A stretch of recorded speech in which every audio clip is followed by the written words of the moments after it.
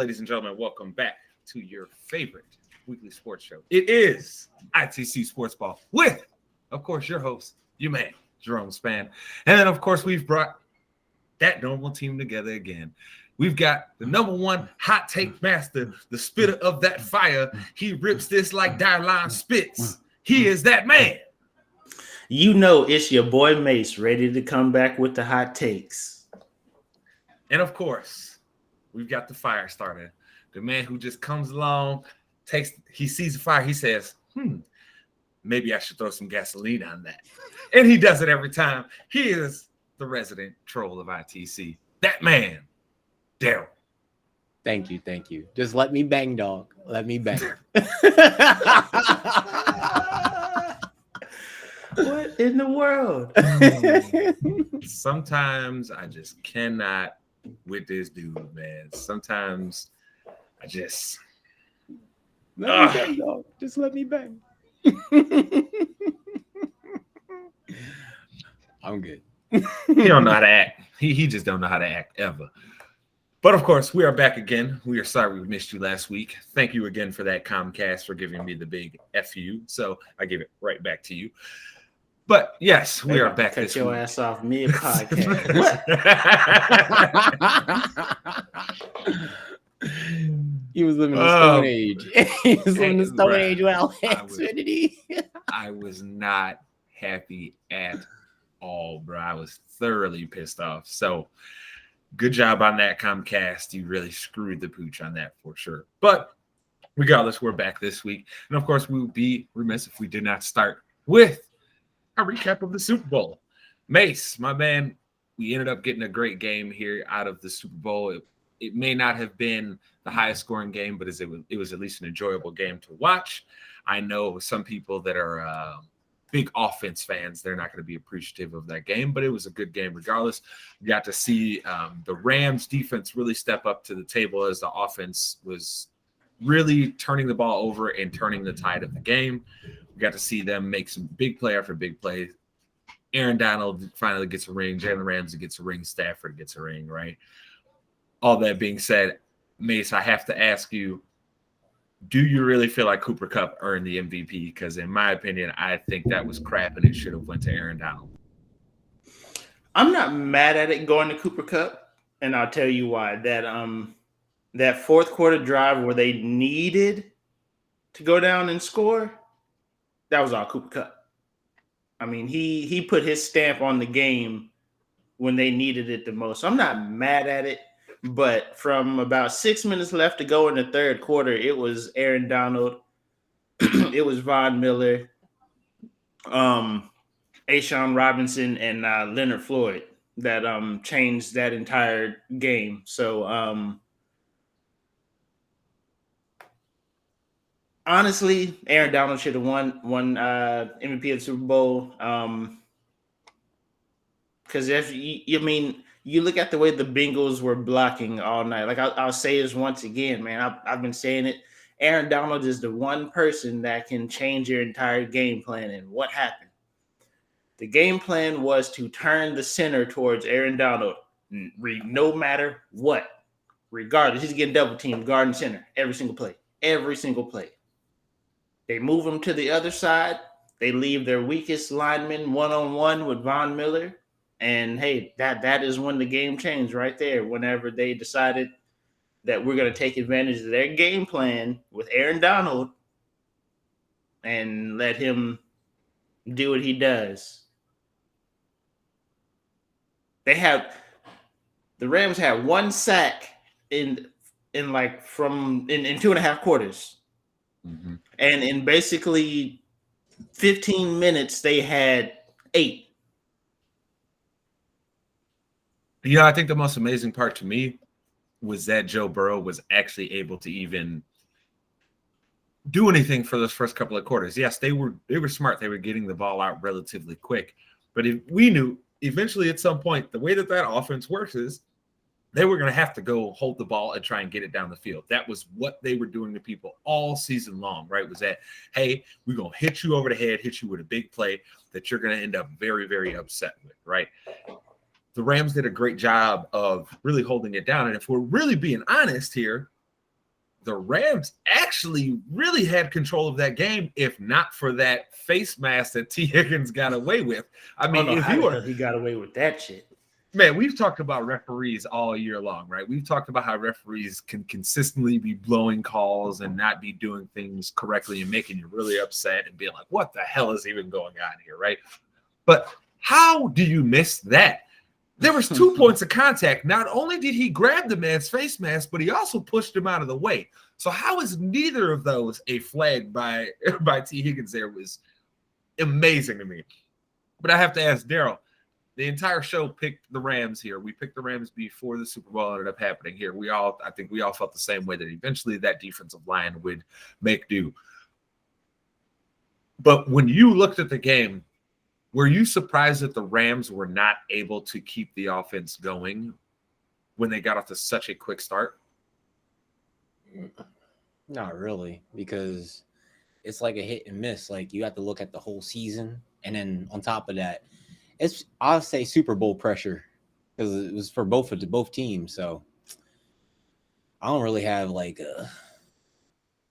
they could have did more, they could have did less. They got the job done, but still, like, it's still one of those things that it's the time and the moment, pressure, what they were thinking, what moves, like given like you said with the refs and stuff. Like, you should know that's Super Bowl. They did it for Brady. They did it. You see calls just like thrown out the window. Like, I didn't see that. And like turn their heads and everything. But yeah, like, I'm not surprised at all. But hey, it matters to get the W. Does it mean anything if they just, well, they could have did this and they could have did that. Like, they made some mistakes. Bengals made mistakes. It's just one of those things.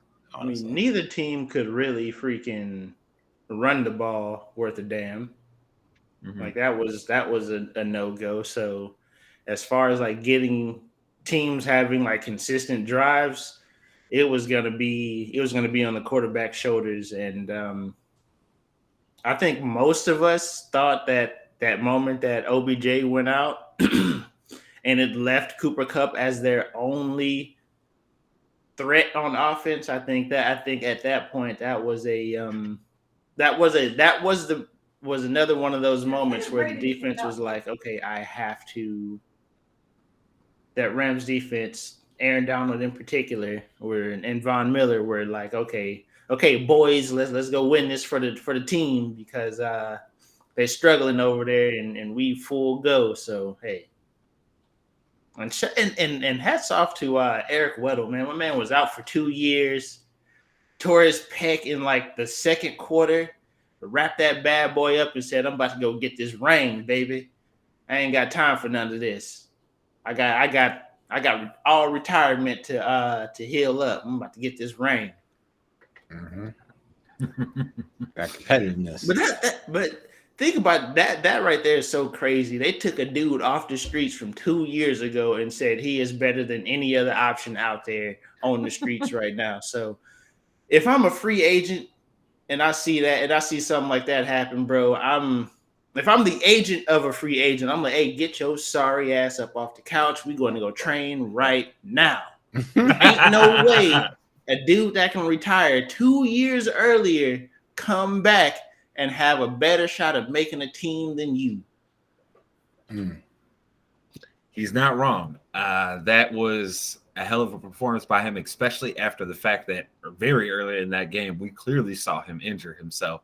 And my man had to strap it up with the harness and said, nah, baby, nothing is standing in my way of getting this ring. I am here to get a ring. No, it's a ring. He got that ring. That ring. I'm sorry. But yeah, I do have to say, Cooper Kupp played great.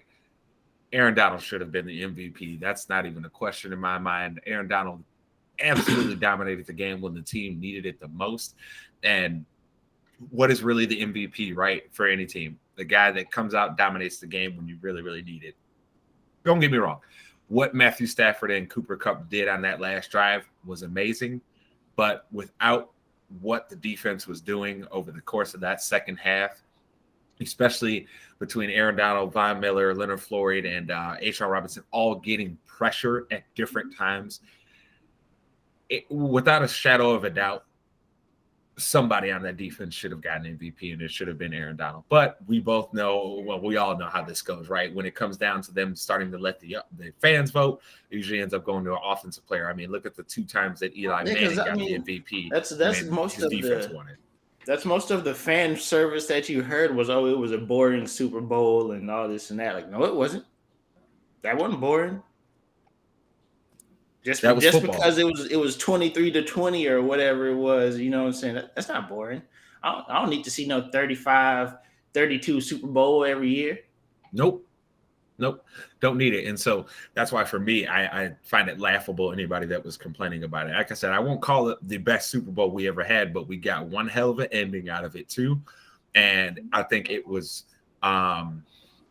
perfect when you're looking at the totality of this year's playoffs, when week after week, it has just been games that come down to the very last minute, and we're sitting on the edge of our seats waiting to see who is going to be able to win. So it's pretty awesome to have a Super Bowl that was enjoyable. I was worried that we might end up with a blowout Super Bowl, because bro, that Bengal offensive line, bro, they was out there on hopes and dreams and miracles and stuff. You know what I mean? Like, they were crazy thing about that offensive line is they were better than they were last year.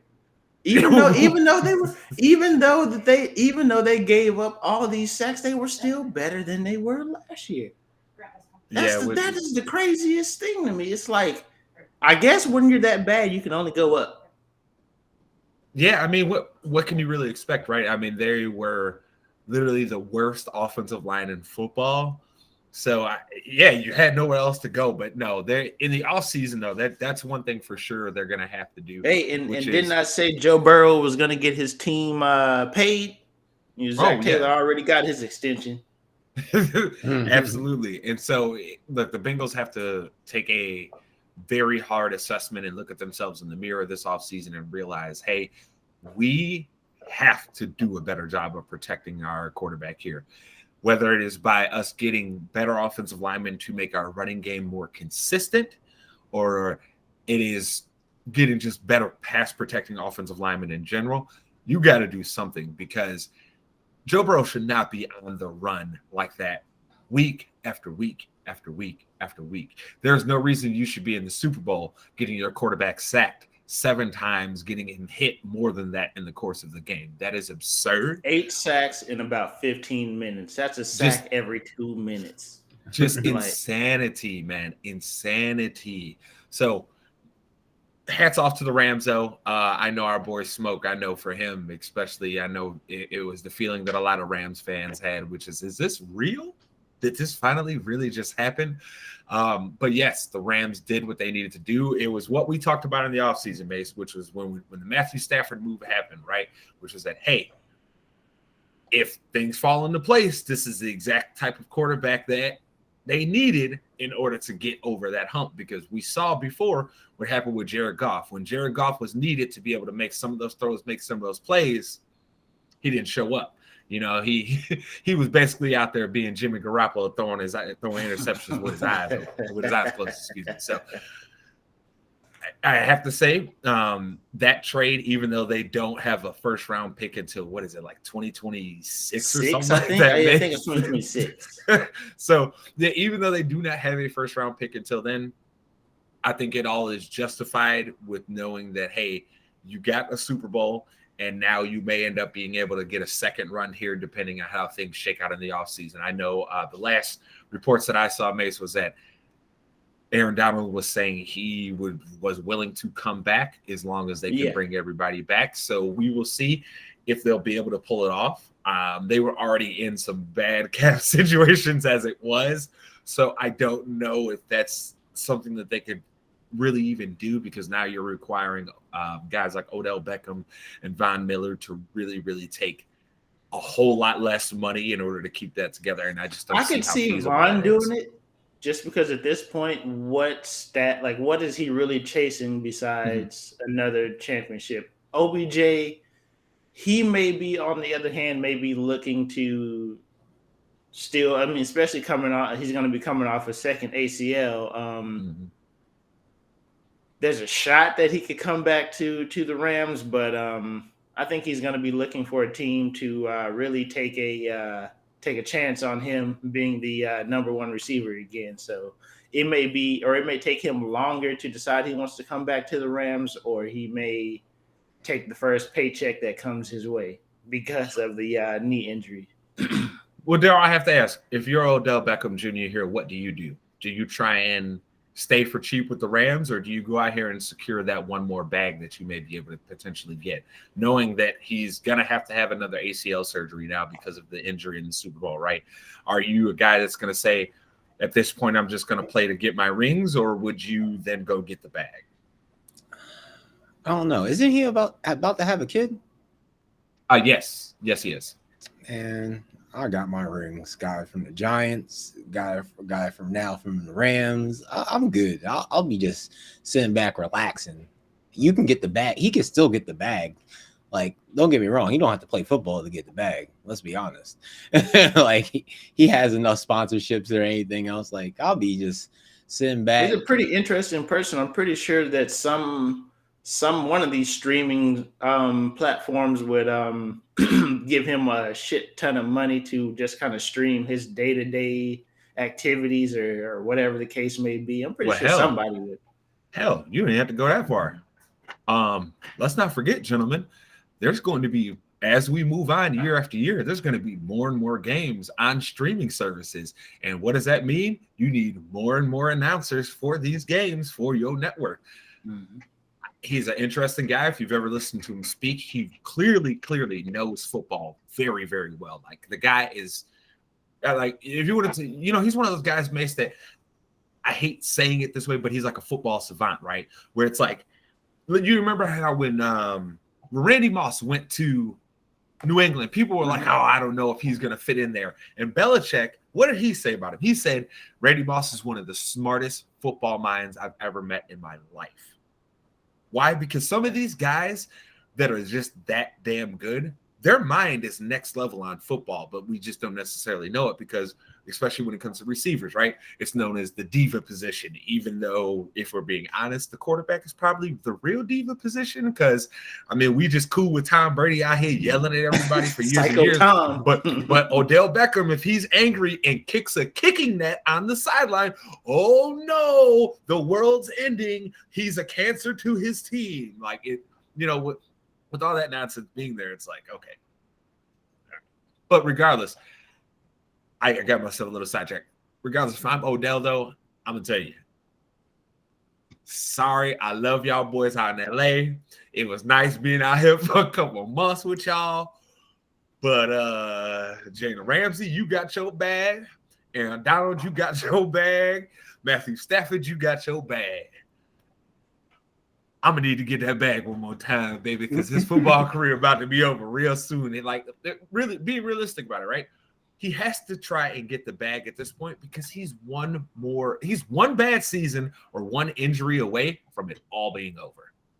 So you got to go get that bag. I mean, man, at this point, man, it's like an ACL really, it's a serious injury. But the way that the frequency that these injuries are happening, it doesn't feel like an ACL like it did like 10 years ago. 10 years ago, a dude tears his ACL. You're like, shit, bro, we just hope in the next 2 years he can come back and be kind of productive. Now dudes are coming back 8 months, 10 months, 5 months. But this is number 2 for him, though, man. It's like this is on the same knee. Oof. Yeah, man. Like, at some point, it has to be. Age catches up with everybody. Is that?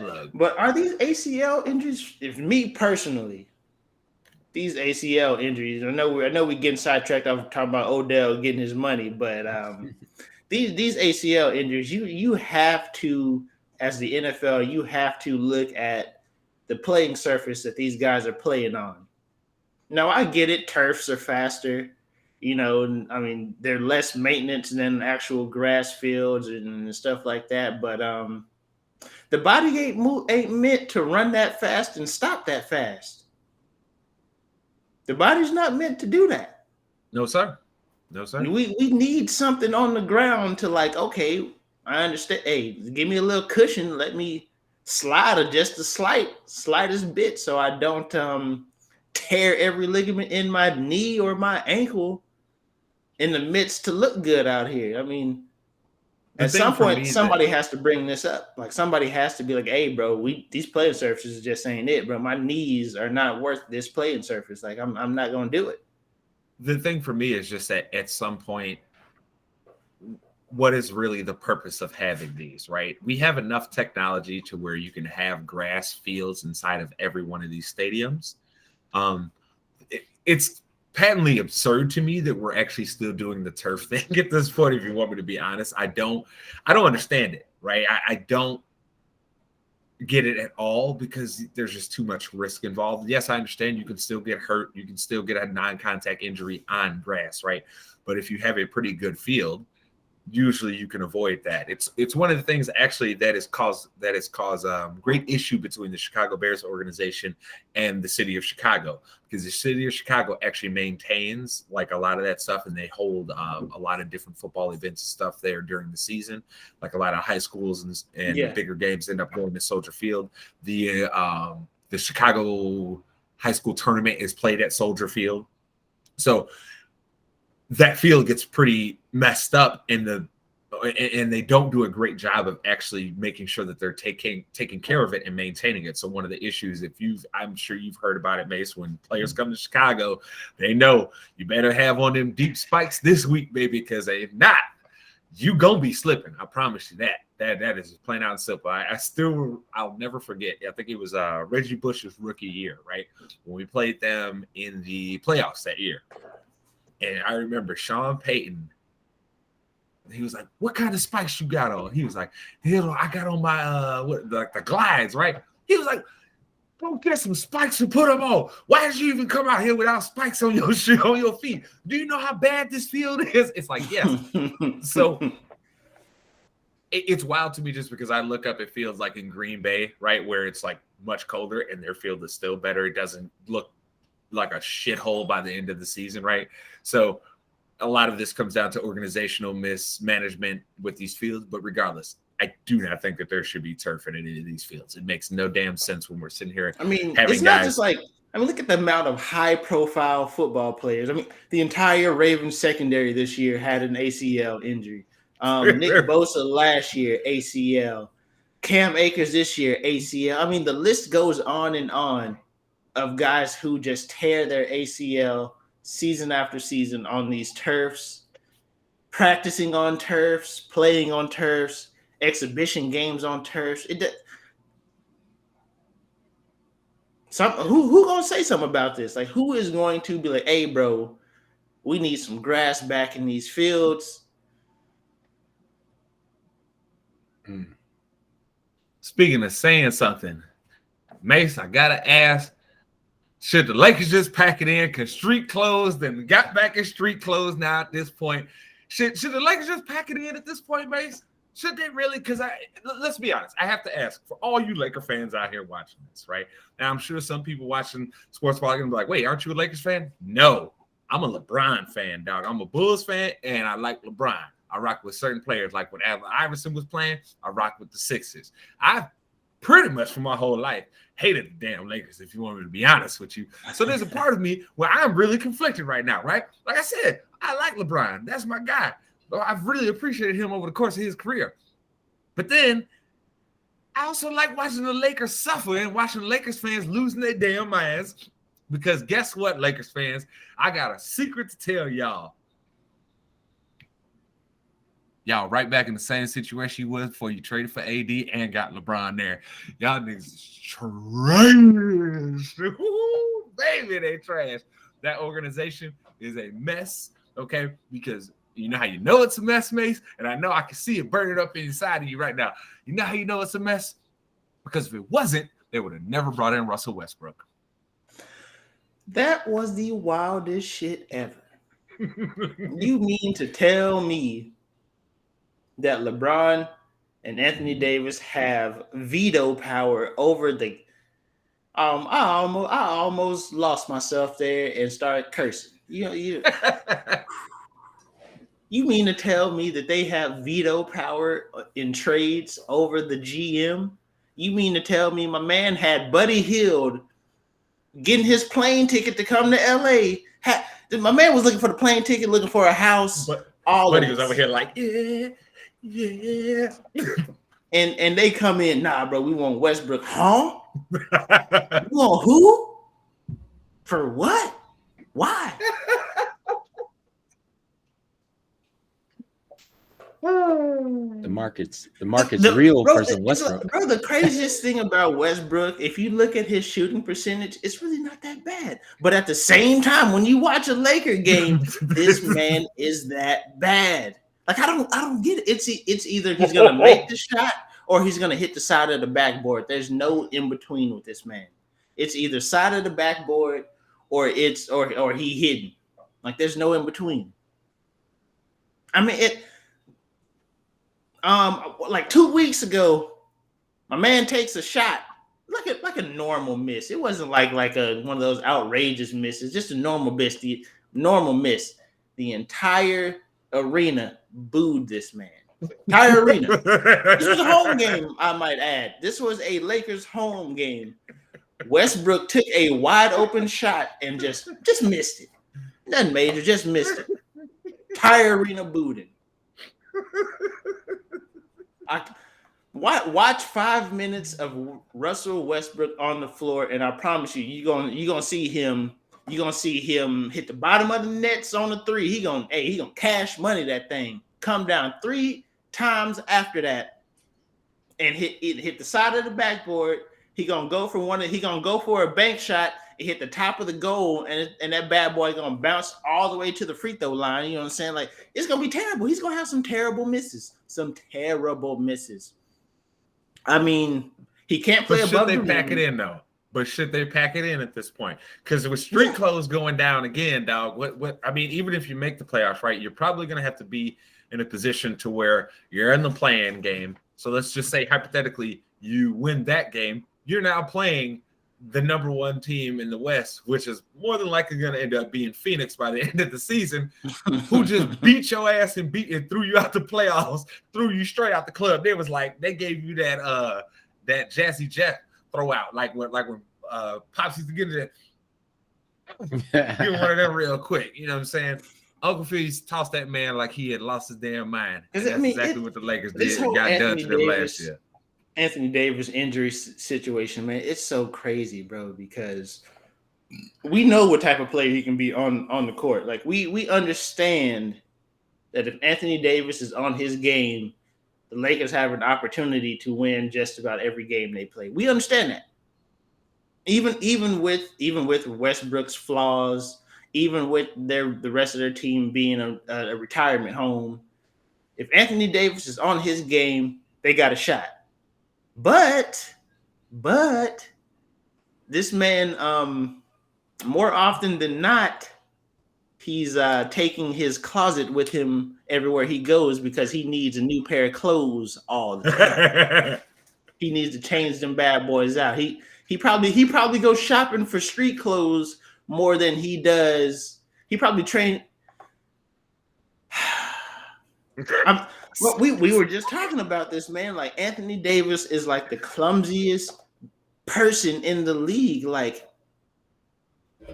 he just watch him play. He flails all the time. It's like he doesn't know where his feet are supposed to be. He doesn't know like how to position himself to come down and not roll it, not tear his ankle or knee up. It's like, what do you do in the offseason, bro? Do you train really hard or do you kind of train kind of hard? Like, I understand, bro. Everybody ain't gonna have that Kobe LeBron that we got to make sure we in tip top all the time. We got to take care of ourselves. Everybody ain't gonna have that, man. But when you are on the bench more often than not, with the same injuries,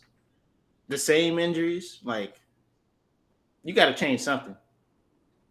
Pack this bad boy in. Yes, hopefully somebody take Westbrook in the summer. Nobody, and see, that's the best part for me on this too, is that Nobody's going to take him in the summer, Mace. You guys are stuck. The Lakers are what they are at this point. You remember how for years we was out here laughing at the Knicks, right? Only thing that's stopping y'all from being the Knicks right now is LeBron James. If not for him playing out of his ever-loving mind right now and taking more field goal attempts a game than he ever has, y'all boys basically be the Washington Wizards right now. And I might add, during all of this, LeBron's knee is jacked up while he's playing right now too. So we out here running this man into the ground. Lakers fans, everybody, whole Lakers team. fans, this is for us right now. The last time we had an aging superstar run himself into the dirt, we know what happened.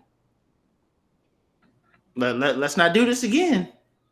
He's got a point. We know what happened the last time we put too much pressure on an aging superstar. We know what happened. Don't do this to us. Hey, let him bang.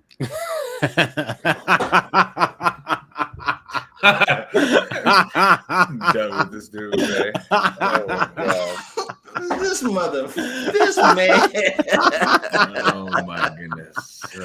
Yo. But, bro, that's crazy, man. LeBron is about to be the scoring champ right now in a season where he might not even make the playoffs. Yep. Well, while we're over here talking about superstar play declining right now, it's because I know we have talked about Westbrook being washed plenty. Mace, is it fair to say that the best days of Steph Curry are behind us? Because as of right now, he is shooting a grand old 42.7% from the field in total. So to put that in perspective for everybody else, right? During their great runs, Steph was shooting basically 47 and up, right? It was like 47, 48, 50, 46, 49, 47, right? Is it fair to say, Mace, that this is more so what we were talking about for years with the Warriors when people were saying you can't win consistently with a jump shooting team? I have to say it's been great seeing Klay come back, but with the combination of Klay not being able to really be a lockdown defender for them and not really being explosive at all anymore, if we're being honest. I mean, those injuries, look, man, it's nice to see him back out there, but I'm going to say it plain out and simple. Klay Thompson, he's leaning more towards wash than he is leaning towards being Klay Thompson of old, right? It's nuts to me that he be out there playing with those knee braces on.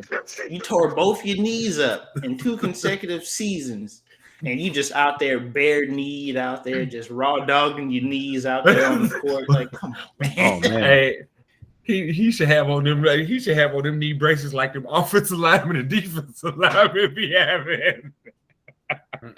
Well, yeah, bro, that's so crazy to me, dog. I was like, wait a minute, man. Like, okay, cool, you back, cool. You're fairly young, Klay Thompson. You're not in your 30s yet, so cool. My boy, though, you ain't got the same knees you had 5 years ago. You ain't got them knees no more. Those things are left on the surgeon table. You ain't got them no more. Would it be fair to say at this point that they maybe should start exploring playing Klay as a 6-man? Because look, man, let's be honest. For a guy who, for his career, pretty much shot around 45%, right? For his career, he's like 45.8, right? So he's basically a 46% shooter for his career. That guy is absolutely struggling right now. From the field right now, he's shooting 41.8, Mace. So think about it. Their margin when they were the best shooting team in the league, right? And they were out here running everybody in and out of the gym every night. Both of those guys shot at or above 45% from 3, right? They were shooting that high, and then it was guaranteed to be 45 and up from the field. Now you're talking about both of these guys who take up a good chunk of your shots per game are both shooting under 45%. Hell, they're both shooting under 43%. Or like, you know what I mean? So at this point, is it fair to say that maybe Golden State needs to explore trying to bring Klay off of the bench?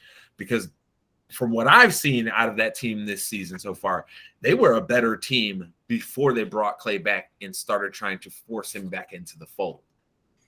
It's a little bit of that, you have these young guys who feel a bit marginalized now. So it's a bit of that where Clay is taking up opportunities from guys who proved that they needed those opportunities. Mm-hmm. But honestly, man, the Steph's in particular, his shooting percentage, I really feel like it's more of a product of not having such a dominant team anymore. Because I mean, when the pressure is not on you, I'm not gonna say Steph folds under pressure or anything like that, but when the pressure's not on you, when you have a healthy Clay, when you had a Durant, when you have a Draymond, when the pressure's not on you to like, okay, well, these young guys ain't never been here. I gotta show them the way. When you don't have that pressure on you, it's easy to take some ridiculous shots. You know what I'm saying? Because somebody can bail you out with a good shot later on in the game. Now it's like they really don't have that. I mean, it was cool when Steph first, like the feel goodness of Clay coming back, awesome. Hit his first three, awesome. Dunked, awesome. All of that. But I think just as a whole, that team is really. I'm just they're a great team, but they're not great individuals. You know what I'm saying? So at some point it was bound to happen. Steph can't be out there shooting 47 from 40 feet. I mean, you just can't do it. Yeah, we have to look at them and understand that we're seeing that downslope of their run now, and it's a combination of two things with them, right? Number one, once they lost Kevin Durant, they lost having the ability of someone who can get you whatever buckets you need down the stretch. Like Kevin Durant, one of the greatest scorers we have ever seen in the history of the NBA, period, right? So he's been able, he gave them a human bailout, right? They lost that. You put more on Steph. But as you're putting more on Steph, the rest of your team is getting older and getting hurt. You're seeing Clay get hurt. You're seeing Draymond getting hurt more and more every year, right? I mean, it's like think about it. The past 3 years, Draymond, every year he's out for a couple weeks. It's just a guarantee. It's like at some point, Draymond's going to be out for a couple weeks, and that team is going to struggle. Don't you think is it more like a focus thing, or you just really feel like that's everybody's getting beat up and worn down? I think they are at the point of where the age and the wear is finally starting to get to them. It's one of the things we talked about with LeBron, right? Which was that at some point, going to the NBA Finals 9 years in a row, right, was gonna catch up with them. I mean, for context, this man LeBron, total points just passed Kareem in total points, regular season, playoffs, in almost less than 2 seasons earlier than what Kareem did in his career, because this man played so long in the playoffs year after year after year. I mean, let's think about it. LeBron James, there's only been 2 seasons of his career where he was not in the playoffs. That was his rookie season, and that was that first year in LA. Every other year, he has made the playoffs. Hell, that first year in LA, they was going to make the playoffs, but then he got hurt, and then we saw that them young boys were not ready to pick up the slack, right? So I think at this point, though, with teams like Golden State, with like the Lakers, I think we've seen the last of either of those superstars on those teams winning a championship as the best player on their teams. If street clothes could ever stop being street clothes and be gym clothes, Anthony Davis, you know what I'm saying, and be the truly dominant player that so many of us look at him and say, dude, why are you not this dominant? If he could do that at some point, yeah, they could win a championship. But my faith in Anthony Davis having the ability to just start taking over in the ways that the guy who's probably going to win MVP, like Joel Embiid, has been doing this year, I have very little faith.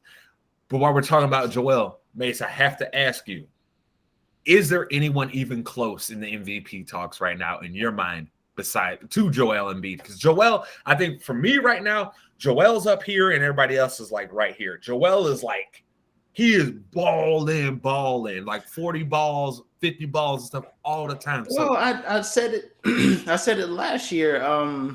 If it wasn't for the amount of games that he missed, he should have been MVP last year. But I mean, you gotta take into account the whole availability issue. And this year, my man been on the court. My man been balling. He got the team on his back right now. What do we always say that your greatest skill is, Mace? Availability. Mm-hmm. And Joel has taken it serious, and he is out there balling. Now, Daryl, I know you despise everything Philly. I know you and Philly, that ain't your thing, right? So are you even allowed to go to that state, bro? Like, do they let you in Pennsylvania? I'm already upset. James Harden's already going over there, man. I'm already hurt. So I have to ask you though, you brought it up. Philly now picks up James Harden. They sent out Seth Curry and Drummond and whoever else, right? Just some marginal players, basically. I mean, Seth, you kind of miss Seth because he's a percentage shooter. Mm-hmm. But honestly, after taking some time to think about this one, James Harden is a good enough passer to work anywhere he goes if he's motivated. But I have to ask you though, I don't even think it's so much is he a good passer. James Harden has never been a great set shooter, Mace. If you look at it, majority of his 3-pointers come off of the dribble, plain out and simple. It comes off of bow, step back, let me do a half travel, throw it up real quick. You know what I mean? Like he's not a guy that is really, since he played with Westbrook and KD, he's not a guy that's standing around waiting on the ball to hit his hands. And I mean, if we're being honest, when he was with Westbrook and KD, when they had that great playoff run, he was the ball handler. What did Brooks do? Yes, Brooks said, Russ, you be out here losing your damn mind too much. We gonna get a ball to James. He'll distribute the ball because you lose your damn mind.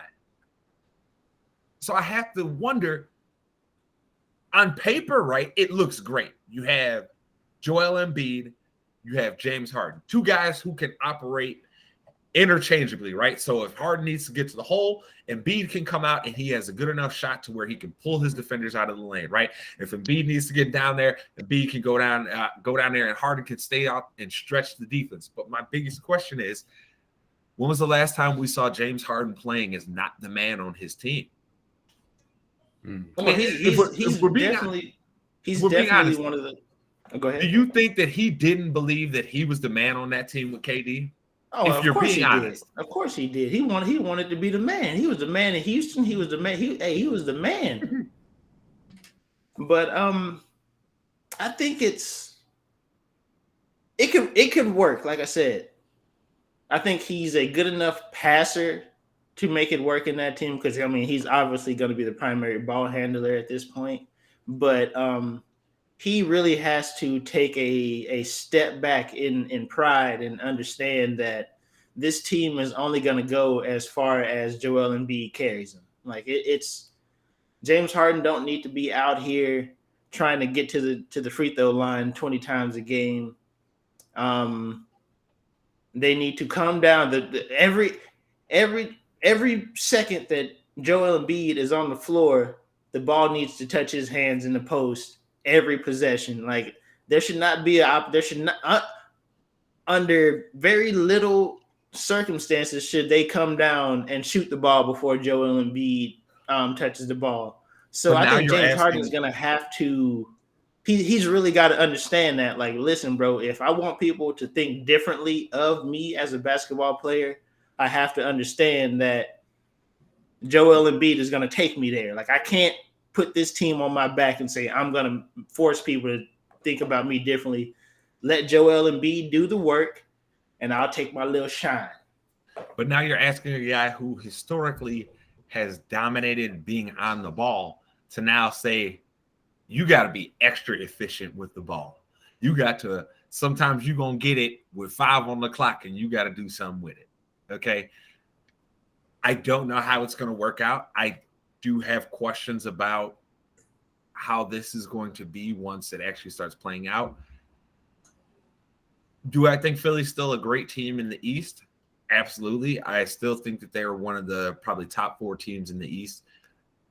But me personally, I know this is going to sound crazy, man, because like a lot of the times in the playoffs, right, it comes down to, hey, can this dude go get you a bucket, right? Do you got dudes that could just go get you some? Well, they got it with Embiid. And I'm one to believe that I think they would have been smarter to do the Milwaukee Bucks approach, which is we may only have one superstar, but the rest of the dudes on this damn roster solid. We getting production from everybody. Nobody on our team is giving us a net negative for a night, right? So I just don't know how it's going to work, especially, dude, Harden don't play no defense still, Mace. And, like, look, he didn't play defense before. Now he's getting older. He's getting injured more. He really don't play no defense. So I just don't see necessarily how this puts them over the top and allows them to be better than a team like Milwaukee, because Milwaukee is clearly still the best team in the East, right? Yeah. There's not even a shadow of a doubt there. Look, I have faith in my Bulls. I think my Bulls can probably make it to the Eastern Conference Finals, but again, they run into Milwaukee. I think it comes down to Milwaukee has the best player in the league right now, okay, and Giannis, and we have Zach LaVine and DeMar DeRozan. Don't get me wrong, them dudes been balling, but Giannis has also been balling like he is the best damn player in the league. And, oh, my God, man, you see this last game on Thursday? My man out here looking at people, jab step. Oh, you don't want to guard it? 3 ball? How do you stop him now? Listen, bro, if Giannis can get, if he can even touch that 38 to like 41% from 3, if he can even touch that for a season, hey, it's done for. It's a wrap. It's his season. It's Daryl, how the hell do you guard Giannis at this point? How do you do it? What can you do to guard this man at this point? You can't. Find a freaking Shaq wannabe and lock him down. Like at this point, the second coming of Shaq is the only hope you got. And I'm talking about the Orlando Shaq. If you let him get to LA Shaq, it's a wrap. If you let him get to LA Shaq, we need that Orlando Shaq. That's about as good as that's your best chance. You need Hakeem out there. That is it. Because I'm gonna tell you something. There ain't a dude at his position that can hold his jockstrap right now, bro. He can do what he want to out there. Daryl, if you're the Sixers, what's your strategy if you run into them in the playoffs? Because at some point they're probably going to have to meet up because of how the seeding is going to shake out. So if you're the Sixers or any other team, how do you beat the Bucks right now? You don't have Ben Simmons. There we go. That's it. like honestly, we're talking about like how you beat the Bucks with Giannis, and you have to actually think you won't have that liability anymore. Like, think about it. Last year, I was watching that horrible game, the last 2 minutes, and fouling on the 3. It was over. I'm like, this is the biggest flop ever in my life. Just watching this, like, you had a chance and you blew it. This time, you don't have that. You don't have to rely on that. They have someone reliable, someone that's actually going to focus. Yeah, Harden don't have like defense and stuff. You could say he's getting old and everything, but I will say this: I would, as the much criticism I give the Sixers, I would actually watch that game knowing that the fact that you don't have like people not focused on the game, they actually dare trying to win versus someone. Hey, Ben Simmons worried about the after party, bro. He said, "Man, that man's head's all in the window and everything. Like he's like a deer in headlights. Like that man's gone. Like we talk about if we had to pick Westbrook or freaking Ben Simmons, I know we all taking Westbrook. I'm taking Ben Simmons. You got me. You crazy, bro. I've had enough of Westbrook. I've had enough of that. Man, I'll take him. I'll take him losing the ball. If Ben Simmons is out on the floor, more than likely he's the best defender on the floor. Yeah, I was gonna say at least with Ben Simmons. I know we can't count on that man to shoot the ball. I know the defender could be way over there somewhere, right? And Ben Simmons would be over here wide open, and he's like, "Nah, we about to pass it real quick." I know this. I know this is the same dude that we watched him pass up a dunk to pass it off to somebody else in the playoffs last year. I know this is the same guy we watched being scared as hell to shoot the ball in the playoffs last year. But at least I know he give effort on defense. His effort on defense has never been in question, right? The dude is a hell of a defender. So, and on top of that, Westbrook turned the damn ball over too much for me, dog. Like, at least I know Simmons take care of the damn ball and he gonna get some assists. This dude Westbrook are like nonsense. Westbrook, like every pass that Westbrook make is either gonna be spectacular or the largest blunder of the night. Like each turnover is gonna be worse than the last, bro. It's God. I tell you this: put Westbrook on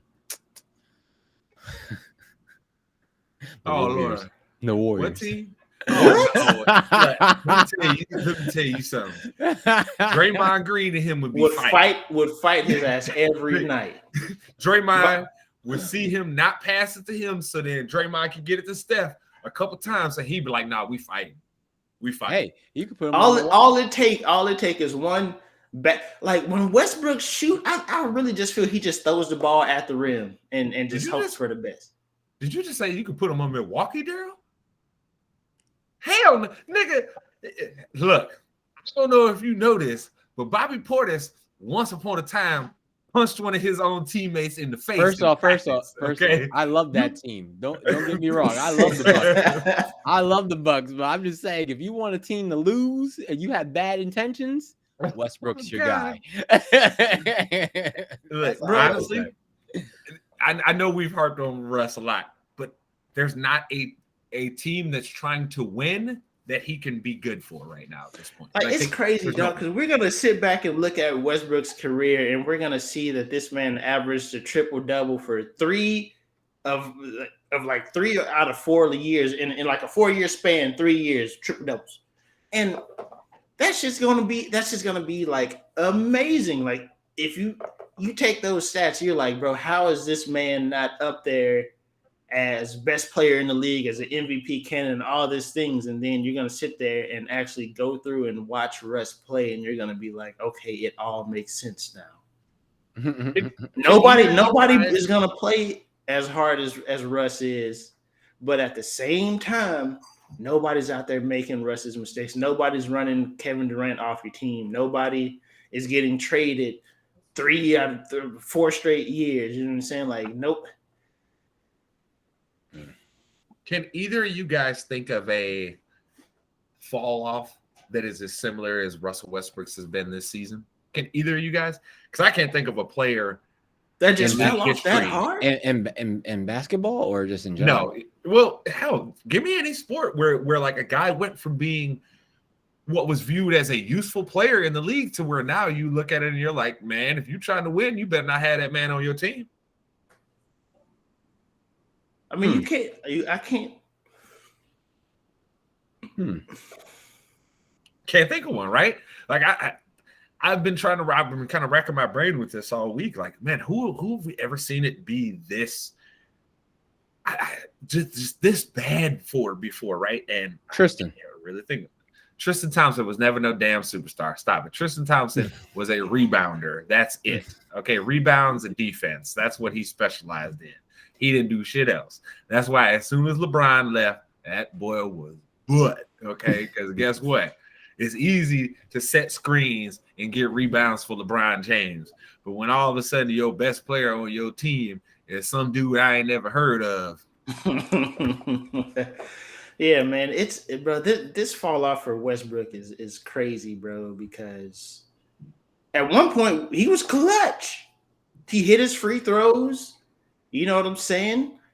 He got to the first of all, he got to the line. He hit his free throws. He could outrun and outjump everybody on the floor, and then all of a sudden can't hit your free throws, don't get to He's the trash. line. He's trash now. Let's just call it what it is. Look, we all have loved Westbrook for his career. I think that the entire sports ball team here has loved Westbrook and how hard he plays for his whole career. But we gonna call it what it is. That man is washed. Okay, and that's plain out and simple. But while we talk about people being washed, Mace got to ask what the hell is going on in Dallas with these old washed men sitting here being sexual predators, trying to take upskirt photos and take pictures of these women in the locker room. Mace, what the hell is really going on in Dallas there, man?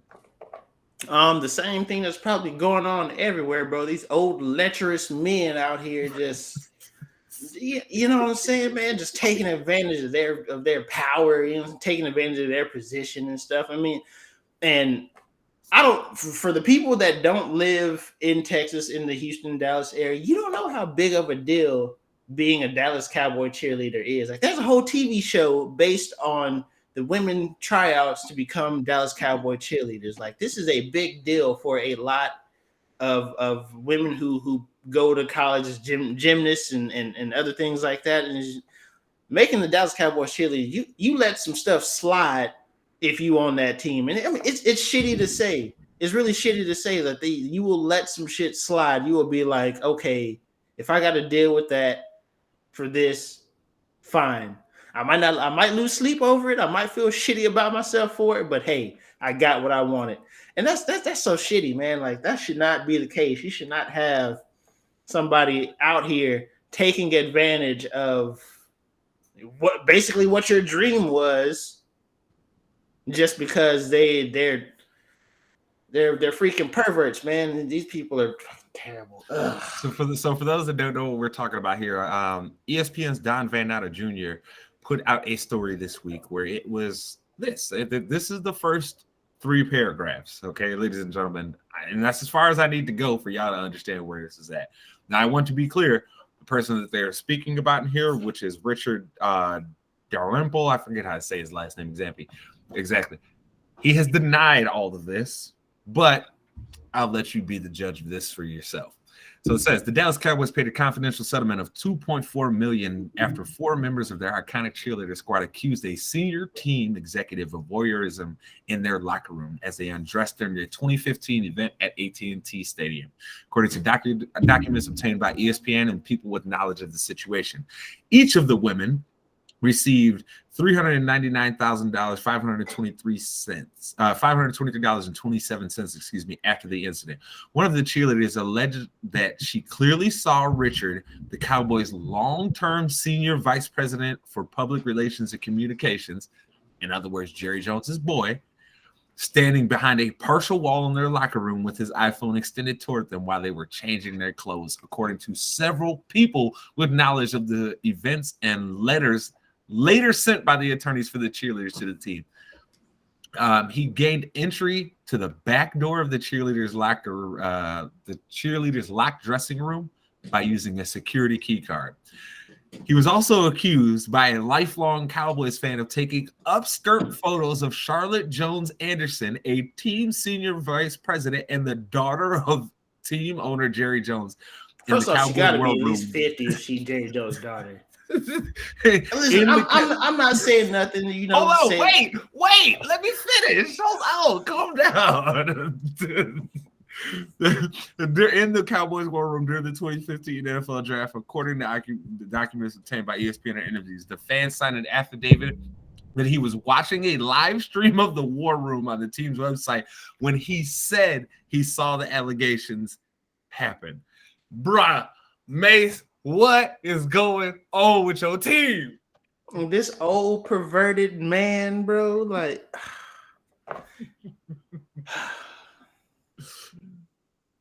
oh, Daryl, I have to ask. I know you enjoy laughing at the Cowboys as much as I do. Your thoughts, my friend. This guy does not. I don't understand. This man has probably like no options. He's going around being a straight creep. Like he's just 100% straight creep. Like, I'm just saying, we still doing photos of upskirts in 2022. Like we still doing Hey, that. boy, it's secret mode and the hub. Oh my god! The set you We will got set compute- you straight. Man, he can go get an Oculus and get the same experience. Like, what's going on right now?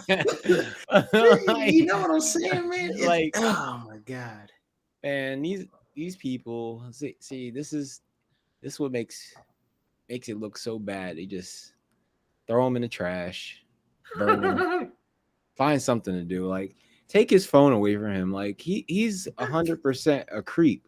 Like, yo, anytime they say like long standing, that means the dude at least 70 years old. man, anytime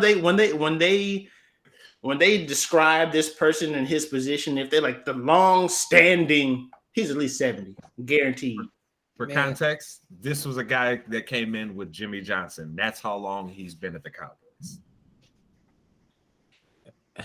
He's past retirement age and still got a job. Done with this. I'm tired of this. His new job is making a new OnlyFans. That's what that is right now. Just taking other people's stuff and just put it up there and get paid. That's what he's doing right now. That is ridiculous. In all seriousness, though, man, like this is getting out of hand.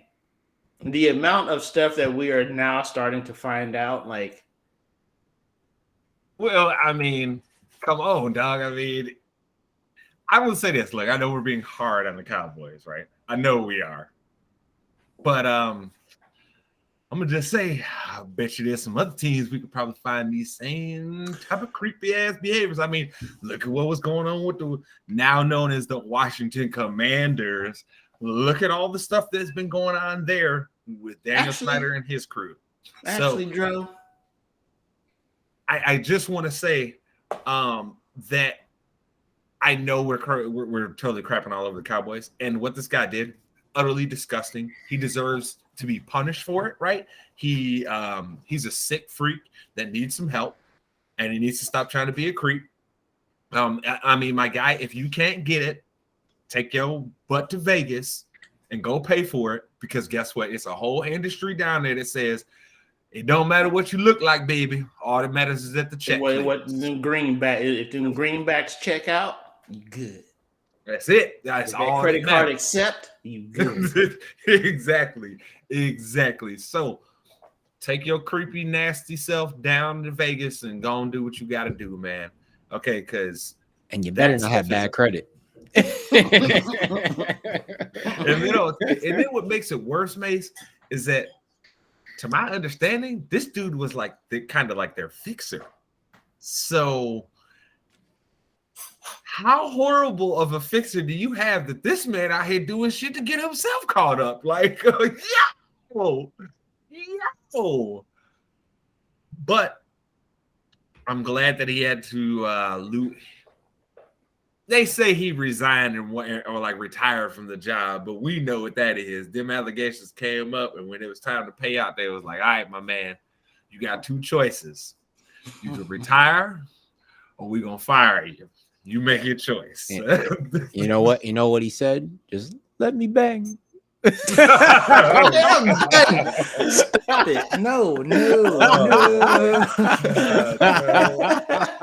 Oh my God. What is wrong with you? You just set me up. That's all. You set me up. Something's wrong with him, man. That was perfect, though. I'm not even gonna lie to you. He can't be mad at me. It was. You're right. I did set it up, and you just said strike. I'm like, can't even be mad at that. Can't even be mad. We got to upgrade ourselves to the deck. We're going to start playing them sounds. But speaking of things that are just outrageous and make you very, very, very angry, We, of course, are about to take a deep dive into the mind of a madman. Ladies and gentlemen, this is Bases Madness. So, as Jerome briefly said, those Washington Commanders are under investigation again. How in the world can you hire your own, attempt to hire your own investigator? Come on, man. That's like you cheating on your girl and then hiring the private eye to be like, hey, bro, find me cheating on my girl. What? Huh? Where they do that at? This man literally tried. Dan Snyder, and when I say this man, this is what I'm talking about. This man literally tried to hire his own investigator into his own organization's lecherous activities. I'm just let that simmer for a second. He tried to hire the person to catch him in his own treachery. Yo, you know how stupid that sounds to sit here and be like, you know what, man? I did something wrong and I'm about to hire the person to find me doing something wrong. What? You about to hire your own executioner, my boy? I can't believe it. I can't believe that this was even reported as he tried to do this. Somebody on his team, one of his his advisors, somebody should have been like, hey, bro, don't hire your own investigator. It doesn't make any sense. We don't do that. We don't hire our own investigator to catch us up.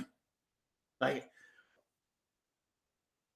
I mean, luckily, the NFL was smart enough to be like, nah, player, we about to hire the investigator for you. We got it. So hopefully the NFL does right. You know, they actually, excuse me, ooh, these bangs be getting me. Hopefully the NFL does right and they actually report publicly everything that they find this time. I mean, hopefully. I'm not using air quotes, but go ahead and use your own air quotes at this point in time. My boy, 3, you know better 2, than 1. Hopefully, air quote that. Hopefully, they they report these things that come up. But man, I don't know what's going on over there in Landover, Maryland. But them Washington Commanders. That office, that executive branch ain't looking good, man. It's not looking good over there. How the hell you in? How in the world do you even try to hire your own investigator? What is that process like? What is that process like? I think my favorite part of the entire thing was when that happened, right? Because like, for those who don't know, okay, go read the reporting that came out initially about what was going on in Washington under Daniel Snyder. So his response wasn't, oh man, this report's bad. We need to clean up our act here.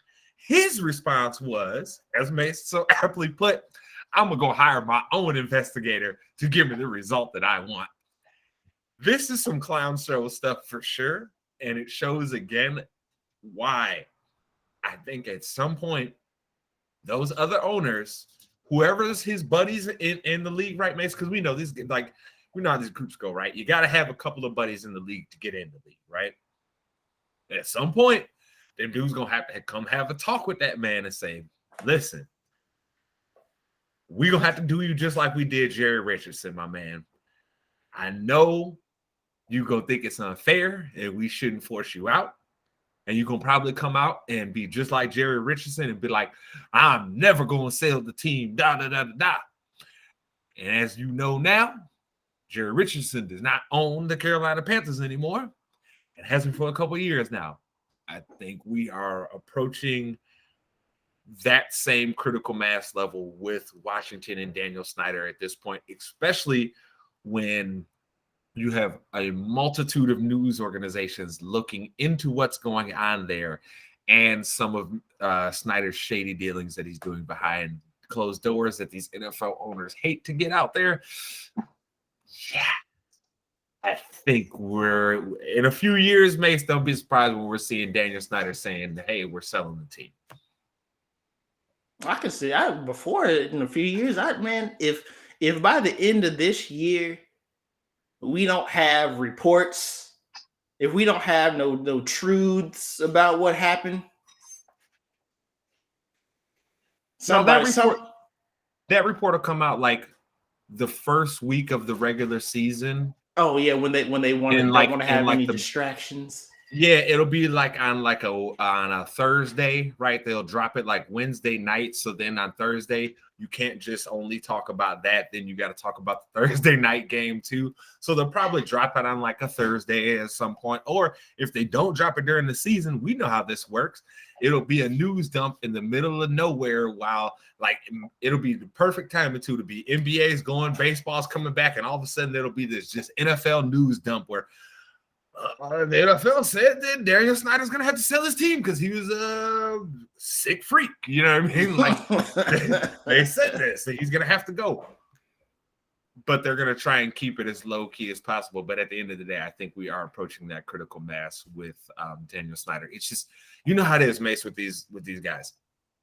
They'll deal with like one incident, right? Or like, you know, multiple incidents, but it has to be a good amount of time in between the incidents, right? You can't just have incident after incident after incident after incident. And then you're spitting then in the face of the investigation that the NFL did trying to protect your dumb ass that they didn't release to the public. You then spit in the face of that and say,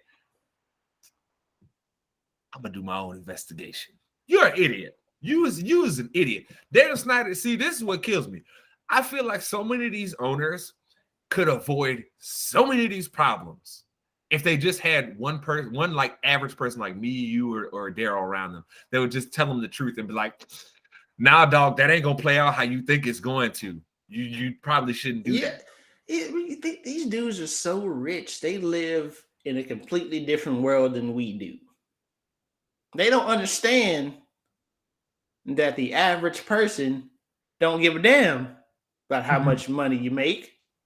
At some point, you got to pay. And they don't understand that. They don't have this concept of consequences because they've been so rich for so long. You ain't got consequences if you're a billionaire. Consequences, what are those? Hey, you know what they say, the consequences, they be like, that's it. You ain't got consequences when you're a billionaire for the most part. Like you really have to, like say, it has to be compounding years of evidence before you even sniff a consequence. And this man almost hired his own person to catch him up. A lot of I'll say this again. It's like cheating on your girl and then sending all your text messages to your girl's best friend. What? What? I hope she keep a secret. Hold me down, man. I'm out here doing my dirt. Just hold me down. You know what I'm saying? Just hold me down. Hold me down, baby. Like, bro, that is so wild to me that people around his advisors around him, his executive board, his shareholders, whoever he comes up with these decisions with, decided, you know what, bro, you do need your own investigator to let us know the things that we already know. No, it wasn't a team of people. It was Daniel Snyder saying, y'all ain't gonna run my name through the mud. I'll do it myself. Hey, can't nobody drag me like me. You want to fuck this thing up? Hold my beer. I got it. Horrible. He doesn't use his brain in all of this. But to not get stuck in the mud, that was another trip into the mind of a man. Ladies and gentlemen, that was Mace's Madness. I think we are all laughing at Mr. Snyder I hate, dog. You can have your FU money, but Jesus, I would not want your reputation at this point, my guy. Like, your reputation is so trash. It's like anybody that knows who you are when they meet you, they gonna always be side-eyeing the hell out you, like, I know who you are. I know how you get down, buddy. So I don't know. We'll see how this ends up playing out. You know, like I said, at some point, these other owners are going to be like, dog, we want our league to have good press. We're tired of you. And every time your team come up, it's nothing but bad news. Like, look, they'll tolerate your team sucking, right? But, dog, you can't suck and have controversy after controversy after controversy. Like, it just, look, Jerry Richardson's team was fairly competitive for since they've been in the league. And they still told that old muck, yo, got to go, baby. You got to go. This is too much. This is too much. So we'll see how that ends up playing out. But we have to move forward here with our man Daryl's favorite sport out there, the UFC. Now, there is a card tonight, but reasonably, there is really only one fight on the card that anyone cares about. And that is, I just don't want to butcher anybody's name. I have to pull the name back. Okay, so we've got, hold on. Daryl, you've been saying Jamil, but it's not Jamil. It's like Jamal Hill. Well, I was pronouncing it wrong. It doesn't matter. I'm just going to say Hill. You was swallowing letters, bro? Like, what? But regardless, we've got Jamal Hill versus Johnny Walker tonight. And I have to ask Daryl, I know you have not always been the biggest Johnny Walker fan. How do you think this plays out for him tonight? Does he manage to get things going, or is this another move from Mr. Hill up the ladder to continue to try and strive to get greater success within the division? Well, I like how Hill's attitude is right now. He's focused. Johnny Walker out here playing the pace game. He ain't taking all those chances like he used to. He was supposedly that prodigy to beat John Jones, and he went downhill once he said that name. So I'm just saying, like, I just see another spacing out, probably semi-karate style Johnny Walker versus some guy with bad intentions. He comes in and then knocks him out. That's how this is going to work. Because literally, at the end of the day, Johnny Walker got to prove that he's really a contender in the light heavyweight division, tell you the truth. Because right now it's just like that injury did set you back, and you did it to yourself doing the worm on a UFC mat. So at the end of the day, yeah, I'm going with the favorite with the odds. I have to go with Hill. Pretty much. That's what I'm going with. I also like the co-main event too. Just saying, co-main event is actually good too. That's good because that's something for Dacus to actually go past. You know, he needs to knock that guy down because that is another guy that has bad intentions. But do you really feel like that's something he's going to end up doing at this point? And so to be clear, wait, I just want to make sure. You're saying Johnny Walker's getting knocked out tonight? Johnny Walker is going to play spacing game, and then he's going to get himself knocked out. Can't say I disagree.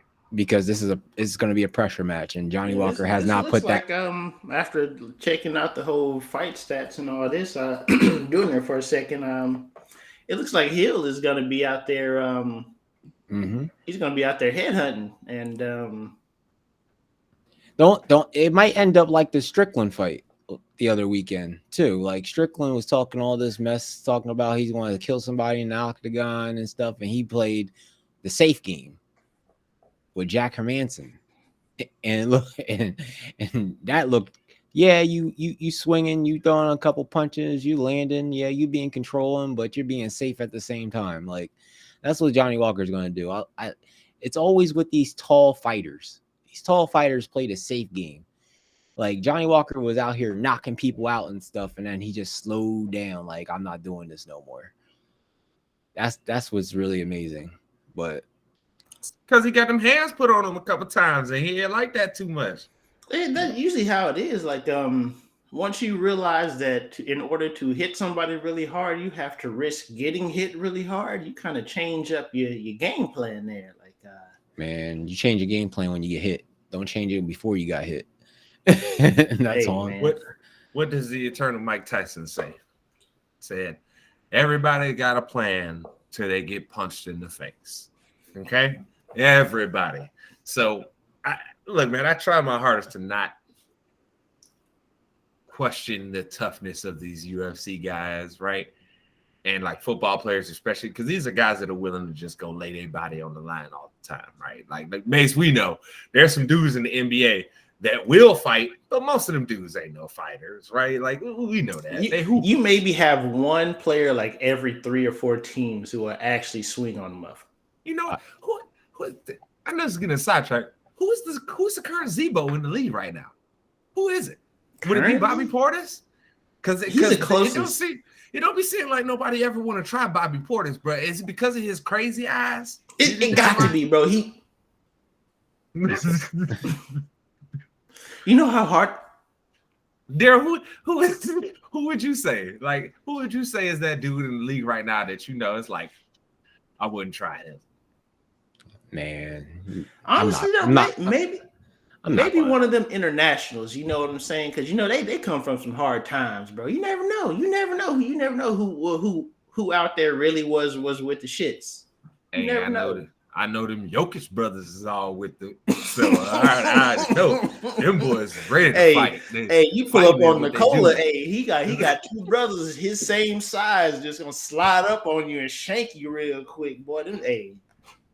But who would you say, Daryl? Who is it in the league right now that is like, that's not a dude to be trifled with? You know what I'm saying? Like, that's not somebody you trying to actually throw them hands with or start all that chest bumping, bloviating that some of these dudes be doing. Is this going for like just in the UFC in general? Man, just plain out and simple. I'm talking about in the NBA. Who would you say is somebody that's like, yo, that's that man that would knock some that will actually fight in a league full of dudes that swear they want to fight, but we know they don't? That's hard. I can't say. Hey, see what I'm saying? No, look, that's why I say Bobby Portis, though, man. But like I said, for the longest time, we knew that there were a few dudes on some teams. Like you honestly didn't try Rasheed Wallace. You didn't do that. Zach Randolph, Zebo, you didn't try him. Maybe we knew better. Maybe if we take it back in the day, you probably have some strong ass fighters. But now it seems like everybody's soft. Charles Oakley was infamous for, you know what I'm saying? Like you want to say let's go back in the day? Okay, let's do it right now then. Daryl, top 5 NBA players that were actual fighters. There's like, I'm not trying to with that dude. Shaq is one. All right, one, Shaq. I ain't mad at that because Shaq tried to murder Brad Miller. I've seen that. If you don't know what I'm talking about, just go on YouTube, type in Shaq, Brad Miller, and I guarantee you will see where if Shaq would have hit that man, he would have been dead. Okay? He would have been dead. Dennis Rodman? That's another one. Okay, Dennis Rodman. I'm not mad at that. If you think Rodman ain't crazy, people just remember he did kick a cameraman. And he married himself. Don't ever forget that. That's how you know he's crazy. All right, so we got 2. Who's number 3?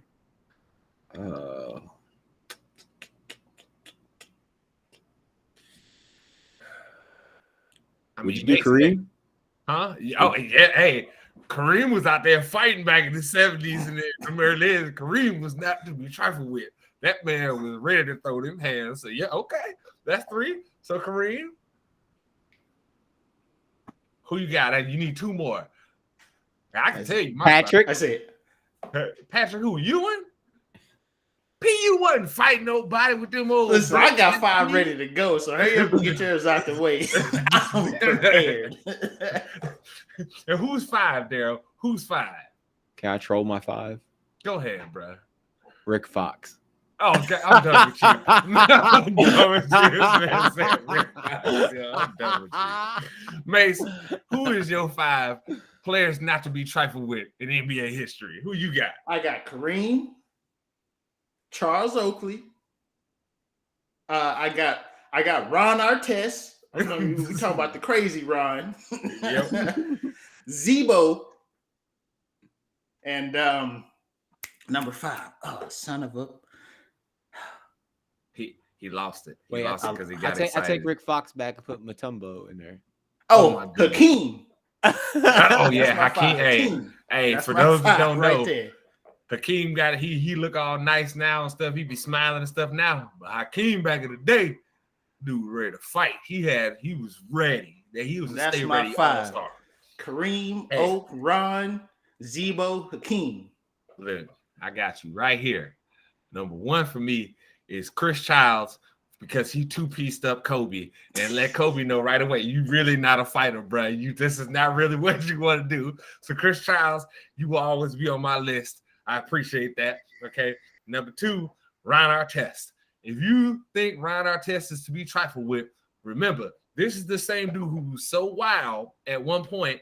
I am pretty sure he knew James Harden was behind him and threw an elbow into this man trying to act like he was celebrating. And then looked at the ref like, what'd I do? I didn't do nothing. So, Ron Artest all day long.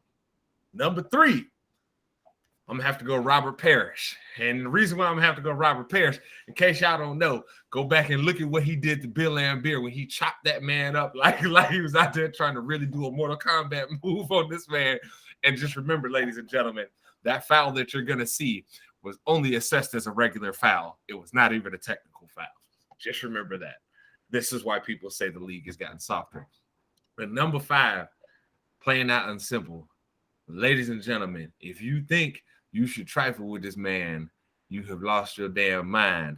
And that would be the one and only Rasheed Wallace. He was not to be trifled with. They say Rasheed's a nice dude, but you ain't want to try that, man. Listen, I got some honorable mentions too. Rasheed is one of them. Then you got Jermaine O'Neal. My honorable mention was Captain Jack, because when you run up in the stands and you ready to fight with your homeboy like that, that lets me know you stay ready. Mm-hmm. Like I said, you say them 2 honorable mentions. I was gonna say Robert Parish, but I was like, that might go over a lot of people's head right now, so they don't know. But hey man, the league ain't got nobody in there. You can even probably slide Ben Wallace in there too if you want to really be for real. I'm not gonna lie to you. I don't want to see another Malice in the Palace, even though, in my opinion, I will say this till I'm in the ground. Players was in the right. They didn't do nothing wrong. You throw something. Look, I don't care where you at. Okay, I understand some people. The rules are very simple. If you throw something at somebody, they have the right to come and whoop your ass.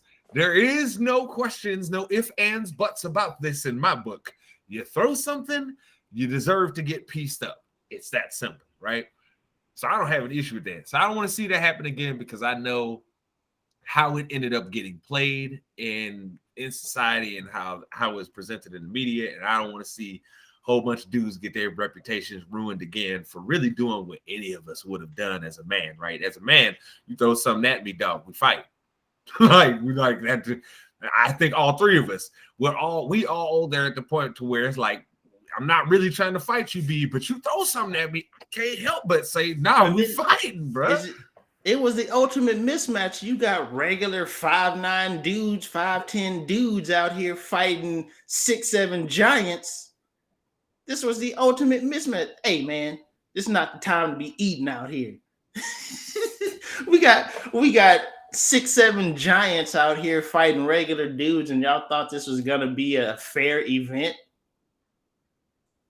Hey, it looked way worse just because of the size difference in combatants, but no, they were completely in the right to fight all of that.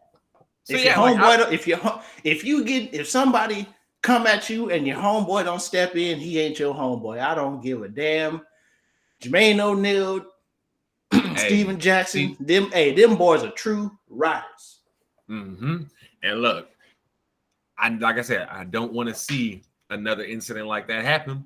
Man, I wish the NBA would loosen up their fighting rules a little bit. I wish it wasn't such a punitive punishment anymore, because I'm tired of seeing all these fake ass tough guys out here saying, "Oh man, I'm ready to fight." No, you know what? Not. I do. No, the closest to a who might fight in the league right now, maybe like Melo, like 5 years ago. No, I ain't even gonna say that, because Melo ass was out there sneaking. He wasn't even really trying to fight him. Melo was trying to sneak you, bro. So no, bro. You know what? That was a moment where I lost a lot of respect for him. I was like, damn, Melo, you from the streets and you out here sneaking? Come on, bro. You know you can't even shoot a fair one with somebody. You gotta come and just sneak a dude. Like, see, you know who Melo is. Melo is that dude that you gotta watch when you ever went to the club when you was younger, right? They was like, oh, he over there just looking.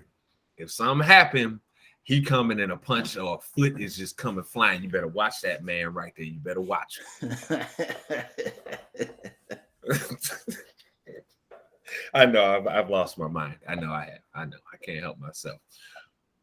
But rounding out this week here, we have this weekend the NBA All-Star activities, which for some have lost its luster over the past many years here. And the NBA has been doing a pretty good job of trying to continually evolve things to make the competitions more exciting for the fans every year.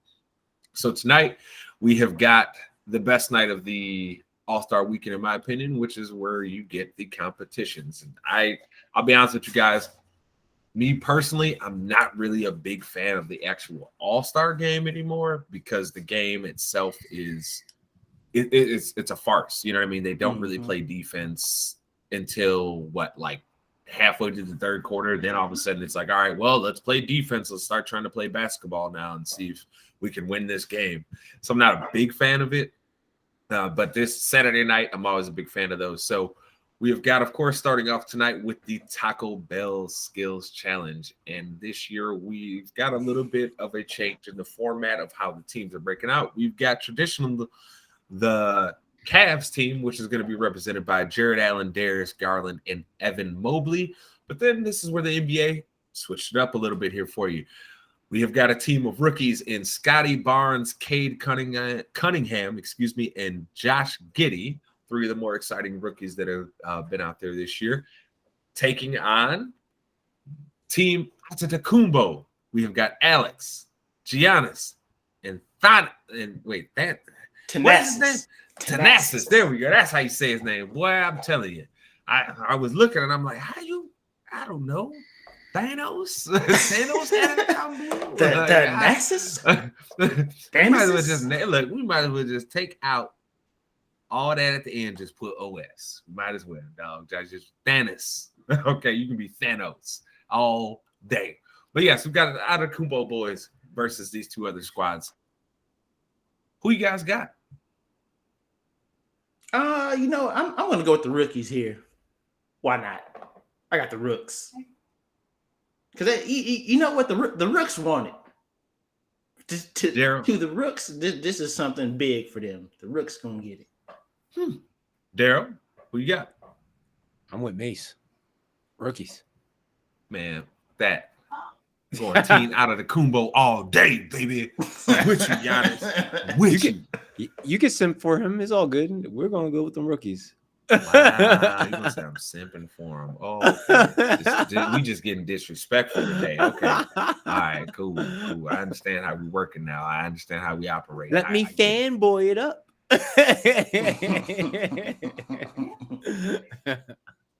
You a hater.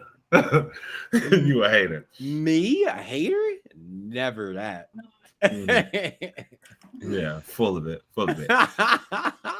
All right. So moving on here, we have got the 3-point competition.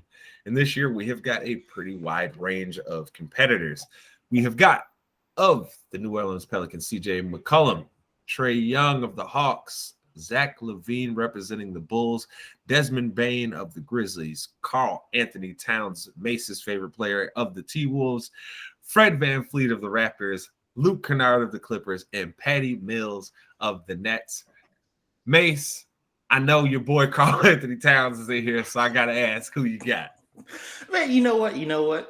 I got Luke Kennard. He's the only...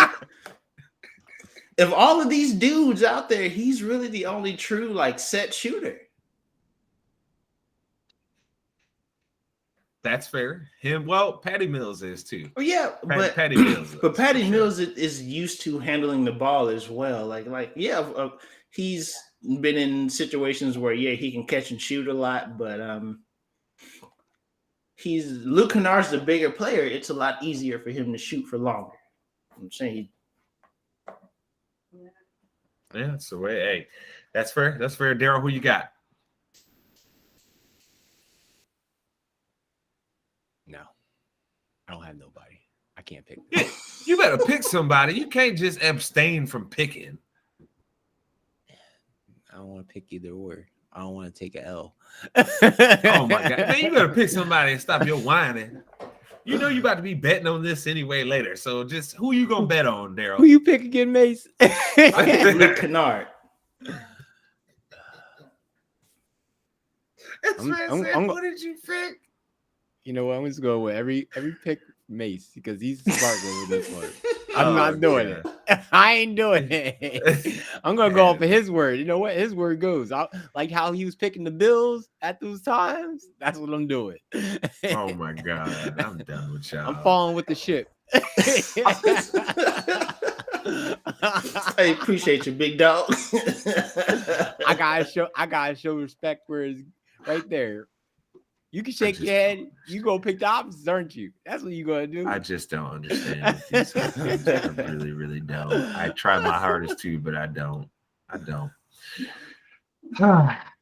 I'm going with the hometown dude, Zach LaVine, baby. Let's go, LaVine. Light skin dude's about to raise up tonight. You hear what he just did? He just had to hype himself up to believe that. See, he had to believe. Hey, look, man, I got as good as a chance as y'all, man. I don't even want to hear it, bro. I don't even want to hear it. Oh man! But then to close out the night, of course, we have got the slam dunk competition. Our competitors this year, we have got Cole Anthony of the Magic, Juan Toscano Anderson of the Warriors, Obi Toppin of the Knicks, and Jalen Green of the Rockets. Mace. Now, hold on. Time out. Daryl, who you got? We're going to make him pick. We ain't going to let him just ride with your pick. Who you got, Daryl? Huh? Who you go with, Daryl? You can't beat your whole strategy now. What you going to do? You got to make a pick? Well, I got a choice between these four guys. If I pick all four guys, then haha. Nah, you get to pick one. You get to pick one. Okay. There's no I get to pick all four guys. No, one. I'm picking Jalen. Mace, who you got?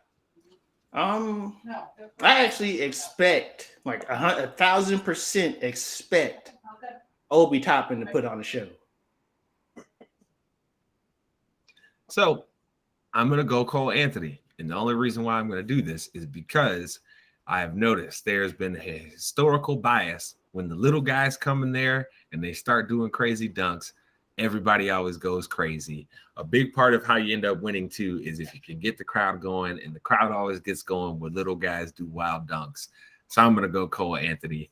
Don't you blow it for me tonight, Cole Anthony. I'm not trying to come back here next week and hear them talking shit to me because you went out there and blew it. Because if I'm not mistaken, Cole Anthony is another light-skinned brother. So guess what? Like I told y'all, the light skins is coming out hard tonight.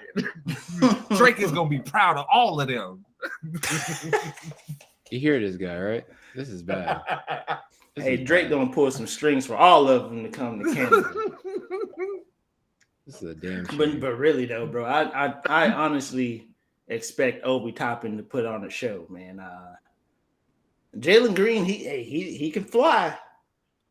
It was between them two for me, but Obi Toppin gonna put some respect on my name with his performance tonight. Throw both your picks in the trash. Throw them in the trash. Wow. Disrespect, bro. The disrespect. Just let them bang, though. Let them bang. I thought we was gonna be able to get out the door without saying it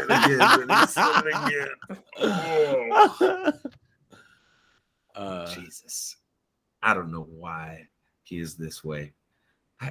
One day I'm gonna have to talk with your wife and be like, "Why is he this way?" I don't even know if she knows the answer.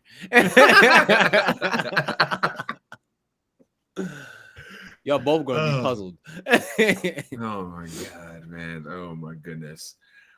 But yes, ladies and gentlemen, that is the end of this week's show. Let's tell the people where they can find you, though. Mace, let the people know where to find you. Twitter at funky_stuff09. Instagram, Nindame Summer, or hit me up on Twitch, twitch.tv/swaggymace. The streams have been coming a lot more frequently, so come give me a watch, man. Come check me out. Don't worry, people. I yell at him every time he's not streaming and be like, Mace, put your stream up so people can watch you be sweaty and for honor, because it's absurd. I wish you guys could understand, like, we were playing the other night and it was just hilarious, right? I'm getting destroyed that match. Our teammates getting destroyed. I look up Mace over here fighting 3 dudes at one time, staying alive, saucing up one dude, run away for a second, get some more health, come back and beat the hell out of the rest of these dudes. It's like he's Superman in the game. It's fucking absurd. So it really drives me wild. I'm trying, man. I'm trying to learn. I'm trying to get better, but god damn, you make it look so easy. It's absurd. So yeah, make sure you check them out there. Daryl, Mr. Low Elo janitor himself. Tell people where to find him. See, you like the ring, it comes off the tongue, you know, like Low Elo janitor. Like, see, it's great. They can find it on Twitch. They can find it on YouTube, you know, and Alvarez Effect for Twitter and Instagram. Nice. And yeah, you guys already know at J Spanderman everywhere. It's either J Spanderman or J Spanderman 23. You know, it's like the band, like the Bears. You know, it's that simple. If you know what I'm talking about, then you're a cool guy in my book. That's all I got to say. But we do have some more exciting things coming down the pipe very soon. As you all know, we're hitting that season where games are going to be starting to release. So we're going to have some more ITC gaming content for you. And we're also going to continue to have ITC Sportsball and ITC Combat every week. And shout outs to, of course, the Black Kokoski, who we share on our Facebook page, along with our boy Fig Jam for their content that we have been sharing on our page. We appreciate you guys. Make sure you go and check out their YouTube page. Make sure you hit that subscribe and the bell notification. And while you are on YouTube and you're sitting here looking at this pretty face and you're enjoying this video, make sure you hit that subscribe button and the bell so you're notified every time we post new content for you.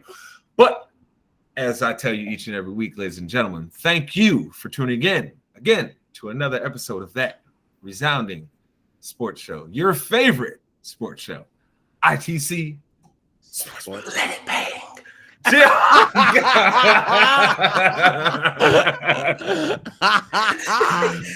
done with you. I'm so done with y'all, man. Goodness. Let me bang, bro. Let me bang.